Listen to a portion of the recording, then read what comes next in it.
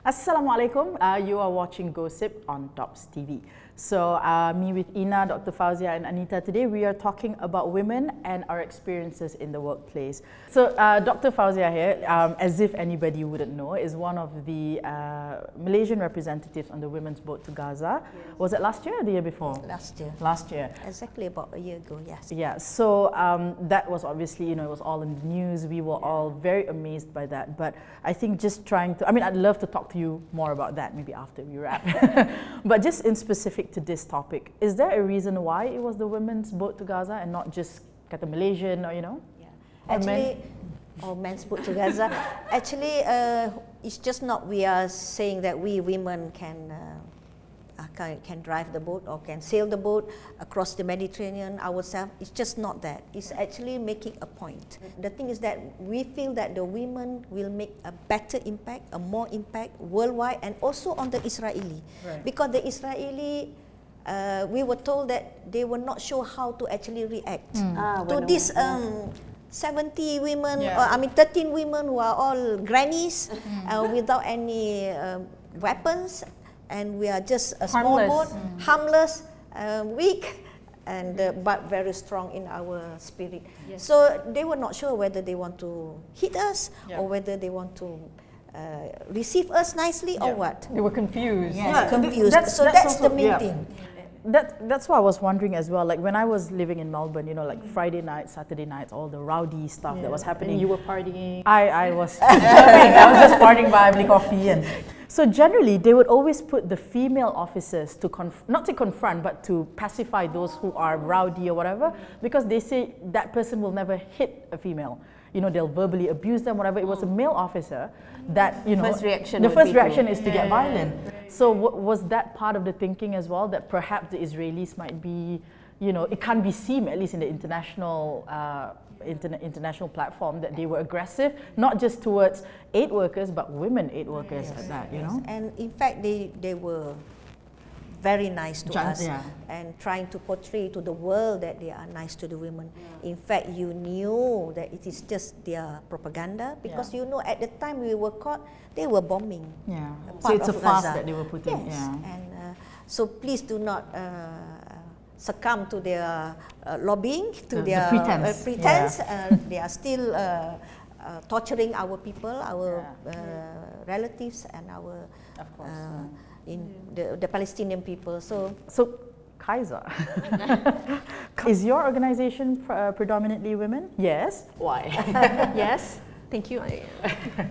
Well, I think that from our experience, I've run Kaiser for going to my 6th year now, and I think it's not a man kind of thing. More women would want to stay on and do these da'wah jobs, so far from my own experience. If we're talking about being teachers, men just don't have that patience, and especially at Kaiser, because we take in special needs children. We take in kids as young as 2 years old. When a man comes in, they look at this 2-year-old, they're like, whoa. Is that an experience you've had? Yeah, of course. Yeah. So I always tell my teachers, if you want to work for Kaiser, it's not only about transferring the knowledge, about teaching the kids, but it's also about managing the children. Building the akhlaq. It's a lot of different things, and so for men, it's not their thing.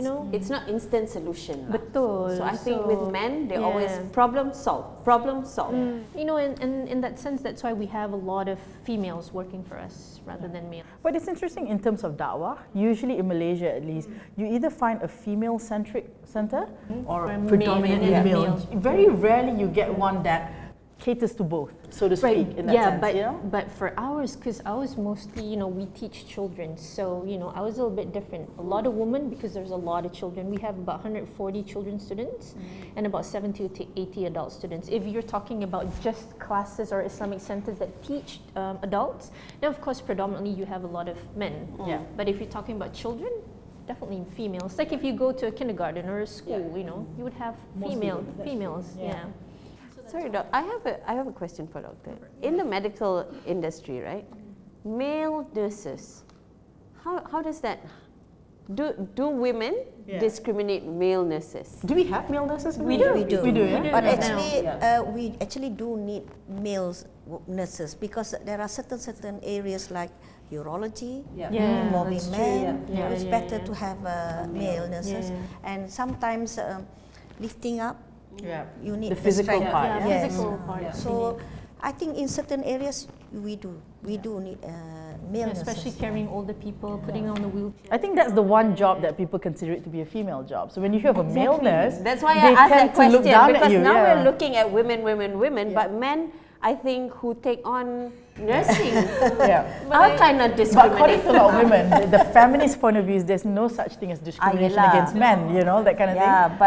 But there are cases where, you know, women do react differently. It's funny how you look at it weird when it's male nurses, but about male gynecologists? But you see, that's the thing. Why when it's a male nurse, we like, you know? Or people outside, you know, react to that differently from. So, but the word nurse itself is feminine. The nurse is actually feminine. See, that's why. But now there are many men who are in the world of nursing. And also, I think we must remember that women have their own specialties. So for me, in the medical world, as I said, I choose to work with women because I feel more comfortable and it's my passion, and also Islamically correct. And I don't have to think, I have to look at the aurat of this man and I have to touch. So, and I think there is also a role for men because there are, of course, man patients. Like a male nurse and so on. So I think we have to take care of what actually Islam wants and what is our ability, biological needs and so on has to be taken as together. But not so much, this is a woman thing. Talk about this a lot more, but that's all the time we have for this topic. I can't wait to hop on the boat with Dr. Yes, absolutely. 2018, we think about it. Yes. We dah sign up, don't we? It's recorded. I have to figure out, clear my calendar.